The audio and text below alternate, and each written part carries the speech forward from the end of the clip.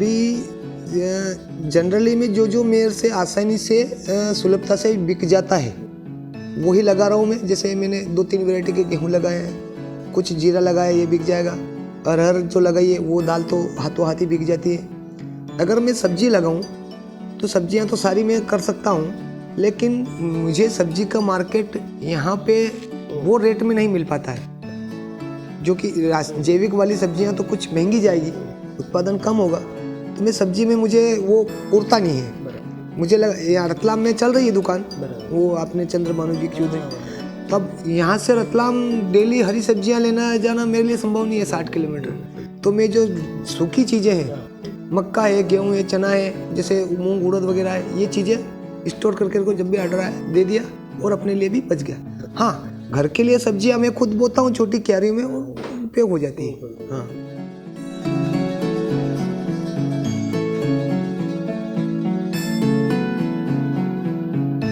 वैसे तो ज़्यादातर उस खेत में न के बराबर लगते हैं। मैं खुद भी आश्चर्य करता हूँ, उसका खर्च न के बराबर है।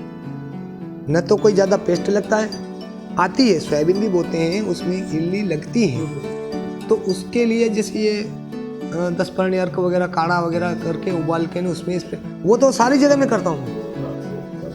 मैं मेरे उस खेत के लिए जो 10 पानी बनाता हूँ नहीं, वो उसके लिए नहीं, सारी जगह के लिए बनाता हूँ। 40 बीघे में आप इसको रिकॉर्ड करना, 3 मजदूर दिन भर के लगते हैं, एक मैं स्वयं, 4 जोड़ लो, 4 मजदूर दिन भर में ट्रैक्टर लेते हैं और जाते हैं 5-7 किलोमीटर के एरिया में।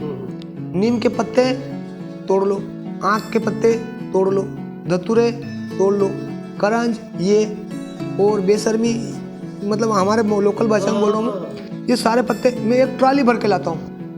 शाम तक ट्राली पूरी भर के 4 मजदूर में आ गई, ठीक है। अब उसको बारीक तोड़ना या काटना है तो उसके लिए कोई कटिंग करना या ये डालना, ये नहीं, ऐसा नहीं करता हूँ। फिर मेरे पास जो बड़ी थ्रेसर है, उस थ्रेसर में वो गीले सारे पत्ते में ऊपर से डालता हूँ, थ्रेसर चलती है तो उसकी वो चटनी बना देती है। चटनी तैयार हो गई, सारे ड्रम लगा दिए लाइन पे, उसमें 2-2 टब भर के वो चटनी डाल दी, पानी भर दिया, 1-1 2-2 बाल्टी गौमूत्र डाल दिया और उसको बंद करके रख दिया।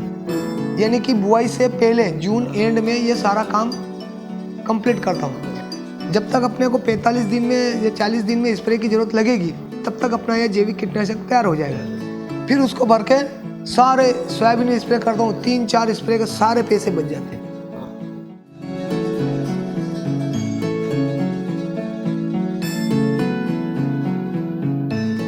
को जैविक और रासायनिक में फर्क दिखाएंगे, दोनों की लिस्ट लगा के। कोई सुनने वाला हो तो अपन बता सकते हैं। ग्राहक, भैया इधर आओ, इधर आओ, देखो तुम रासायनिक खा रहे हो, तुम्हारे को ये नुकसान होगा, और जैविक खा रहे हो ये फायदे होंगे। अब मैं गिनाऊँ आपको कि एक तो आपको पोषणता नहीं मिलेगी, इसमें यूरिया DAP डाल के सिर्फ पेट भरने के लिए गेहूँ पैदा हो गया। अगर आप 5 रोटी भी खाएंगे तो भी आपको तृप्ति नहीं होगी, और इसकी 2 रोटी खाएंगे तो भी, क्योंकि इसमें न्यूट्रिशन इतना है कि आपको 2 रोटी खाने से भी आपको तृप्ति हो जाएगी, वो सारी एनर्जी आपको उससे मिल जाएगी। एक तो ये बात है। फिर आपको बीमारियां अलग से लगेगी।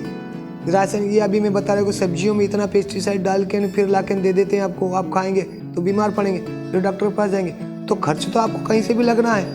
और अगर जैविक खाएंगे तो आप बीमार नहीं पड़ेंगे, और जो वीकनेस आ रही है सारी चीज़ें वो नहीं मिलेगी आपको। तो कंपैरिजन में तो ये चीज़ ग्राहक को समझाना है, ये समझाने के पीछे सालों लग गए हमको। अगर ये सब समझ जाए, सारे पूरी भारत की जनता अगर बोल दे कि नहीं हमको नहीं खाना है, वो सिक्किम वाले रासायनिक नहीं खाना है, तो आज सारे जैविक की डिमांड बढ़ जाएगी। लेकिन जो समझ रहे हैं हम लोगों से वो ले रहे हैं, बाकी चल रही भीड़ में।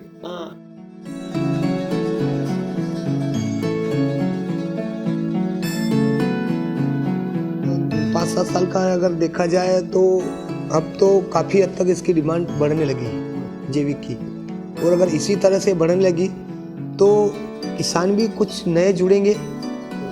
हमारा तो ये सोचना है, और वास्तविक में होगा ही यही, क्योंकि शासन भी इस तरफ ध्यान दे रही है कि जैविक की रगबाग बढ़े।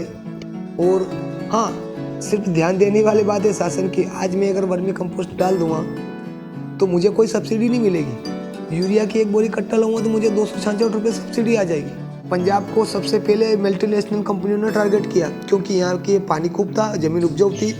इनको पहले खाद रासायनिक पेस्टिसाइड दो, तो उन्होंने भर भर के डाला और धीरे धीरे ये हालत हो गई उनकी।